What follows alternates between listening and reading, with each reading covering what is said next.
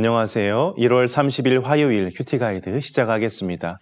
오늘 본문은 창세기 32장 13절로 20절까지 말씀입니다. 외가에서 어려운 세월들을 보내고 드디어 고향으로 야곱이 돌아옵니다. 20년 만에 고향으로 돌아오는데 야곱에게 걱정거리가 하나 있었습니다. 바로 형 에서였습니다. 야곱은 고향으로 돌아오는 길에 형 에서가 자신을 어떻게 볼까, 자신을 좀 환영하고 받아주기를 바라면서 종들을 에서에게 보냅니다. 돌아온 종들이 당신의 형 에서가 400명의 장정을 이끌고 당신을 맞으러 오고 있습니다. 이렇게 이야기를 하죠. 이게 무슨 말입니까? 야곱을 치러 오겠다는 겁니다. 야곱을 혼내주려고 에서가 오고 있다는 거예요. 야곱에 대한 에서의 첫 마음은 아직도 풀리지 않은 괘씸함과 미움이었습니다. 이 소식을 들은 야곱은 낙담합니다. 야곱은 하나님 앞에 기도하고 나아가 에서에게 예물을 준비하여 보냅니다. 관찰 질문 1번입니다. 야곱이 에서에게 보내는 예물은 무엇입니까? 야곱이 에서를 위해 예물을 택했는데 암염소가 200마리, 순염소가 20마리, 암양이 200마리, 순양이 20마리, 젖나는 낙타 30마리와 그 새끼요, 암소가 40마리요, 황소가 10마리, 암나귀가 20마리, 그 새끼 나귀가 10마리다 이렇게 하고 있습니다. 동물의 수를 더하니까 무려 550마리나 됩니다. 이 야곱이 에서에게 선물한 이 예물의 양은 당대 역사 기록을 참고해 보았을 때 한 국가에서 다른 국가의 왕들에게 바치는 그런 정도의 곡물이었다 이렇게 합니다. 그럼에도 불구하고 야곱은 계속해서 불안하고 초조해합니다. 관찰 질문 2번입니다. 야곱은 어떤 방식으로 에서에게 예물을 보냅니까? 야곱은 에서에게 예물을 한 번에 보내지 않습니다. 많은 짐승들을 여러 그룹으로 나누어서 가게 했고 각 대로 또 조금씩 거리를 두게 했습니다. 그리고 각 그룹을 이끌고 가는 종들에게 이것들은 모두 야곱이 에서에게 드리는 선물이며 야곱은 뒤에 오고 있습니다. 이렇게 말을 전하도록 했습니다. 관찰 질문 3번입니다. 야곱이 3번에 걸쳐 예물을 전하는 의도는 무엇입니까? 야곱이 이렇게 하는 이유는 분명합니다. 20절에 보면 혹 예물로 인하여 형이 감정을 풀고 나를 받아주리라 함이었더라 이렇게 되어 있죠. 어떻게 해서든지 형 에서의 감정을 좀 풀어보겠다는 전략이었습니다. 야곱은 참으로 치밀한 사람이죠. 한꺼번에 많은 선물을 받는 게 아니고 차례차례 어느 정도 뜸을 들이며 선물을 나누어 줍니다. 그래서 에서가 조금씩 점차적으로 마음의 변화를 가질 수 있도록 유도하는 겁니다. 에서는 지금 400명의 군사들, 장정들을 거느리고 야곱을 맞이하러 오는데요. 550여 마리의 짐승이 차례차례 이제 에서에게 오는 거죠. 장정 400명보다 짐승의 숫자가 더 많습니다. 현실적으로 에서가 이 짐승을 받게 되면서 군사의 행렬은 그 속도가 현저히 줄어들 수밖에 없었을 겁니다. 연구와 묵상 4번 질문입니다.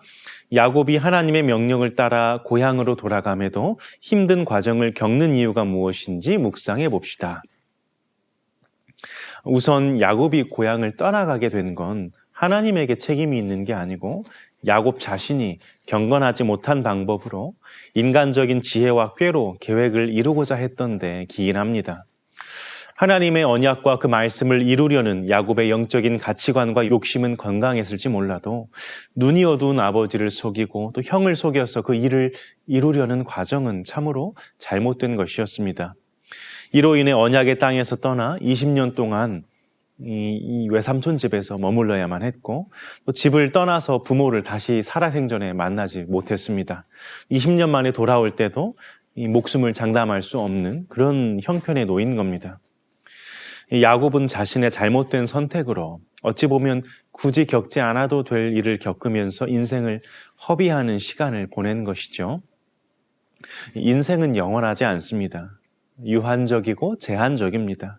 이러한 우리의 인생을 허비하지 않고 낭비하지 않는 유일한 길은 우리에게 주어진 언약의 말씀 속에 살아가는 겁니다. 언약을 베푸신 하나님과 그 말씀을 의지하며 하나님을 신뢰하며 오늘 주어진 우리 삶을 언약 위에 그 말씀 위에 굳건하게 세워가는 겁니다. 그 길이 인생을 허비하지 않고 사람이 바른 길로 갈 수 있는, 사람이 가장 사람답게 살 수 있는 길입니다. 오늘 하루를 시작하며 결과보다는 과정을 중시하는 신자가 되기를 결단하면 좋겠습니다. 과정이 하나님 앞에 올바르고 중심이 하나님을 향해 있다면 결과는 하나님이 책임져 주십니다. 내가 내 삶을 움켜쥐고 계획하고 이루려 하기보다 하나님의 언약의 말씀을 의지하고 신뢰하며 오늘 주어진 우리의 삶을 언약의 말씀 위에 굳건히 세워나가길 소망합니다. 마지막 적용 5번입니다. 지금 내가 책임져야 할 어려운 문제가 있다면 그것은 무엇입니까? 이를 온전히 해결하기 위해 지금 내가 할 수 있는 일은 무엇인지 생각해 봅시다. 사람은 눈에 보여야 안심이 되는 존재입니다. 내 눈앞에 무엇이 없으면 무서워하고 또 불안해합니다. 그러나 하나님을 믿는 사람, 곧 성도는 그 너머를 보는 사람입니다. 혹 어려운 문제 앞에 지금 놓여 계십니까? 출구가 없어 보이는 마치 미로와 같은 그런 상황에 놓여 있으신 분이 계십니까? 그 어려운 상황과 문제 너머에 하나님이 계심을, 그리고 그 하나님이 마땅히 여러분을 도우실 수 있는 분임을 볼 수 있기를 축복합니다. 하나님은 부족의 자리에 역사하셔서 완전으로 나아가게 하십니다. 하나님께서 당신의 살아계심을 보이시려고 우리 삶 안에 결핍과 고난과 문제를 때로 허락하십니다. 오늘 어려운 자리에 처해 계신다면 그 자리가 하나님을 경험하고 하나님이 임하실 자리임을 기억하며 부디 눈앞에 놓여진 어려움에 함몰되지 않고 그 너머에 계신 하나님, 그 하나님을 보고 믿고 신뢰하고 붙들고 의지하며 나아가 응답을 경험하는 저와 여러분이 되기를 소망합니다. 성경은 일관적으로 전쟁은 사람에게 속한 게 아니고 하나님에게 속한 것이라 말합니다.